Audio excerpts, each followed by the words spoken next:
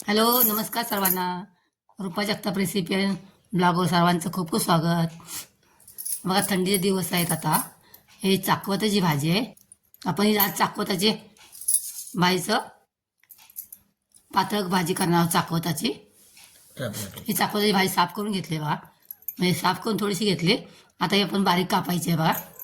बारीक कापून घेऊ आता जरा. हे बघा, अशी बारीक बारीक कापून घ्यायची भाजी. देठ बारीक करायचे. पानं मोठ्याने चालतील पण देठ बारीक करायचे.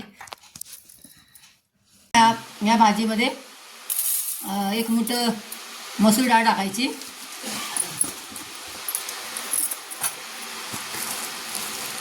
2 मूठ हे टाकायचं, मुगाची डाळ टाकायची. त्यामुळे अजून भाजी आपली हेल्दी होईल. तुरीची डाळ इच्छा तुरीची डाळ पण घेतली. या सर्व डाळी भिजत ठेवायच्या आणि स्वच्छ धुवून घ्यायच्या. आपण बघा, या कुकरला 1 शिटी काढून घेतलेली आहे. यामध्ये फक्त जिरं, खोबरं आणि कोथिंबीर थोडी टाकली. लसूण जिरं जे एकदम बारीक नाही वाटलंय, असे जाडसर वाटून घेतलंय. आणि टमाटर कापून घेतलाय बघा फोडणीसाठी. त्या भाजीचा दाखवू नको. इकडे बघा, टोप ठेवला. 1 टोपामध्ये आपण 2 चमचे तेल टाकायचं आहे. मधल्या याला पण जरा चाललं होते, त्यात कढीपत्ता टाकायचा आहे.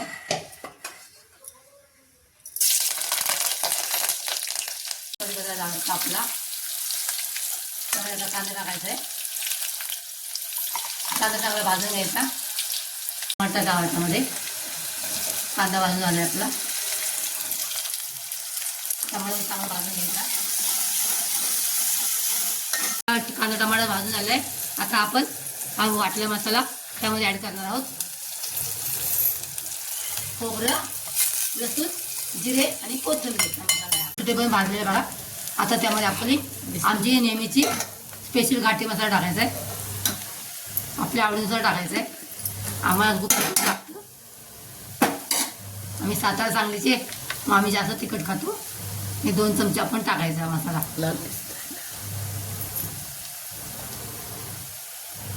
आणि तो छान भाजून घ्यायचा. 2 चमचे आपण मसाला टाकला आहे, तो छान भाजून घ्यायचा. आपला मसाला भाजून झालाय बघा छानपैकी. आता ही कापलेली भाजी आहे ना, ते आपण त्यामध्ये ऍड करायची आहे.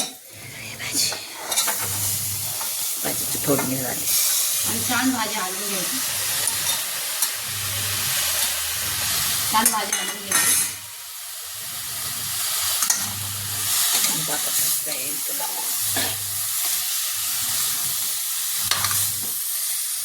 भाजी बघा हलवून घ्यायची, चांगली मसाल्यामध्ये परतून घ्यायची.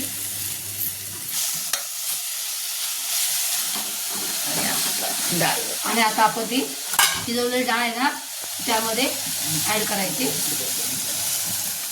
शिजवलेली डाळ त्यामध्ये ऍड करायची बघा.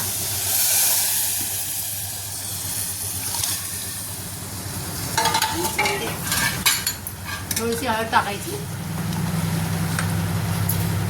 हळद टाकायची